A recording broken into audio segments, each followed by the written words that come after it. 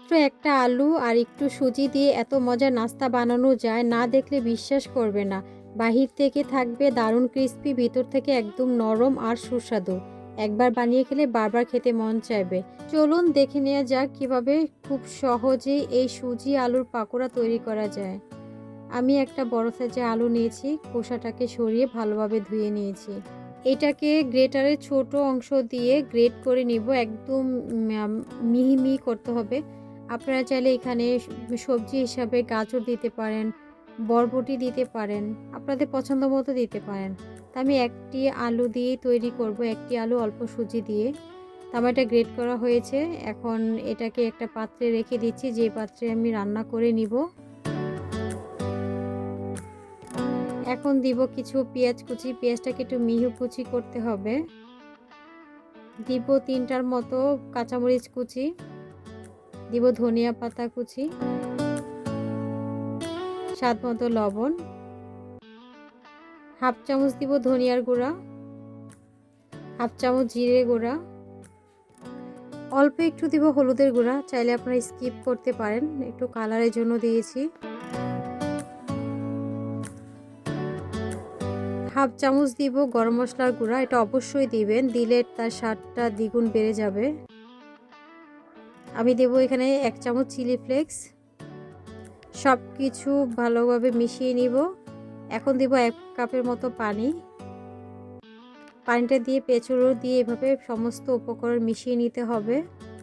এখন চুলাতে বসিয়ে দিব। চুলাতে বসিয়ে এভাবে ভালোভাবে নেড়ে চেড়ে দিব।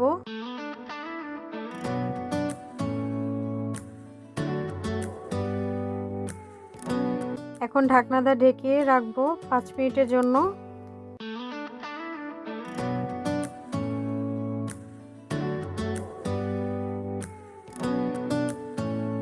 তো 5 মিনিট পর ঢাকনা খুলে দেখব। এখন নেড়ে দিব, না হয় নিচে লেগে যাওয়ার সম্ভাবনা থাকবে যেহেতু এটা আলু। এখন নেড়ে দিচ্ছি।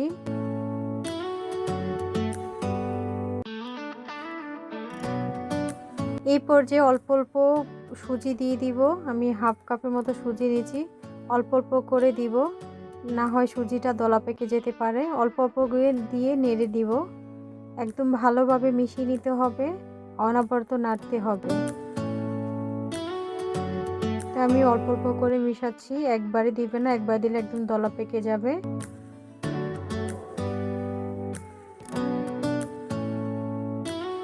এই পাকোড়াটি যখন তৈরি করে খাবেন, সবার কাছে প্রশংসা পাবেন।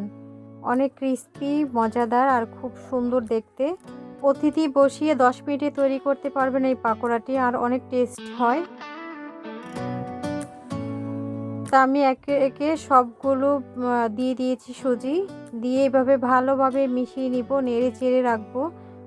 খুব নাড়তে হবে এই পর্যায়ে। এই পর্যায়ে অনবরত নাড়তে হবে। দেখেন আমি কিভাবে নেড়ে চেড়ে মিশিয়ে নিচ্ছি।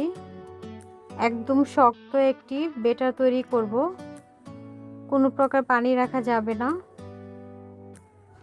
একদম সহজেই সুন্দরভাবে তৈরি করা যাবে, আর দেখতে অনেক সুন্দর লোভনীয় হয়, খেতে তো সেই দুর্দান্ত হয়। সসের সঙ্গে যখন খাবেন তখন অনেক ভালো লাগবে। আমার এটা হয়ে গেছে, আমি ঢাকনাটা ঢেকে রাখবো 10 মিনিটের জন্য। এর মাঝখানে ঢাকনা খুলবো না, 10 মিনিট পরেই খুলবো। তো 10 মিনিট পরে ফিরে আসলাম।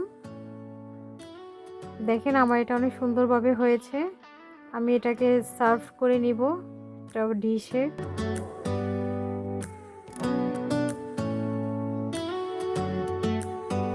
এখন এটাকে স্পিড করে দিব ঠান্ডা হওয়ার জন্য দ্রুত।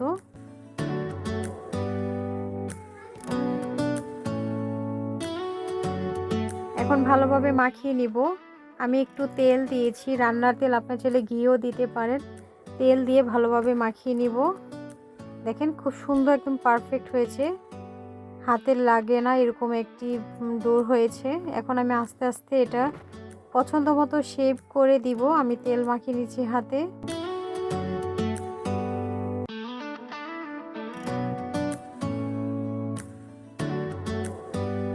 এই বর্ষার দিনে সন্ধ্যায় এই নাস্তাটি তৈরি করে খেতে পারেন, খুব ভালো লাগবে খেতে। আপনারা অবশ্যই এভাবে ট্রাই করবেন, আশা করি আপনাদের কাছে অনেক ভালো লাগবে। খুব মুখরোচক একটি খাবার। দুইটা উপকরণই খুব মজাদার একটি খাবার হয়, বাচ্চারা তো অনেক খুশি হয়ে যাবে।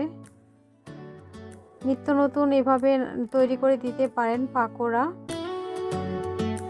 তা আমি কিভাবে শেপ করে দিচ্ছি দেখেন, আমি একটি মেজারমেন্ট নিয়েছি। মেজারমেন্টের অনুযায়ী দিলে আপনার একই সাইজ হবে, ছোট বড় হবে না।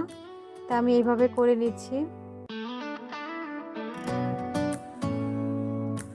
আপনার চাইলে গোল শেপও দিতে পারেন, আমি আমার পছন্দ মতো শেপ করে দিচ্ছি। আমি আরও কয়েকটা বানিয়ে দেখাচ্ছি আপনাদের।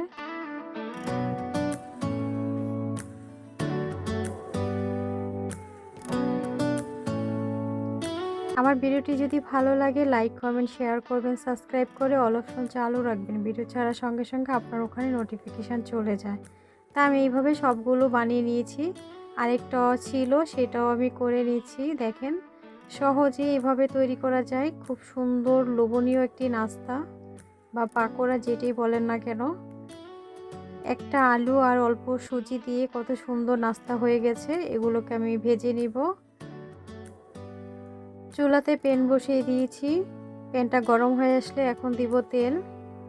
একটু ডুবো তেলে ভাজবো এটা, যেহেতু পাকোড়া ডুবো তেলে ভাজলে খুব সুন্দর হয়, চারো সাইড সমান হয়। তো আমি এটা বুদবুদ যখন আসছে ওই পর্যায়ে পাকোড়াগুলো দিয়ে দিব।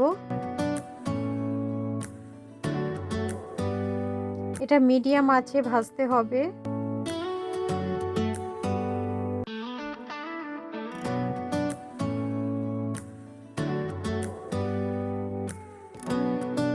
এখন একটু আস্তে আস্তে নেড়ে দিব। দেখেন অনেক সুন্দরভাবে কুক হয়েছে, আমি উল্টে পাল্টে দিচ্ছি।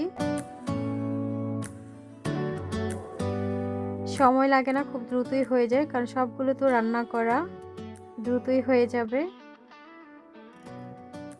পছন্দ মতো কালার হওয়া পর্যন্ত অপেক্ষা করব, যেহেতু আমার এটা হয়ে গেছে।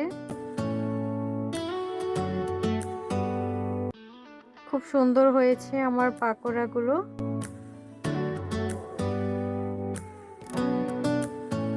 তো আমি এখন তুলে নিব, আমি এর বেশি ভাজবো না, কারণ এর বেশি ভাজলে কালারটা নষ্ট হয়ে যাবে। বাকিগুলোকে ভেজে নিব। আমার এগুলো হয়ে গেছে, এখন আমি সার্ভ করে নিচ্ছি তুলে। কতটা সুন্দর লোভনীয় হয়েছে, একদম কাছ থেকে দেখাবো। তো এইভাবে খুব সুন্দর একটি সন্ধ্যার নাস্তা, বর্ষাকালে সন্ধ্যার নাস্তা তৈরি করে নিতে পারেন।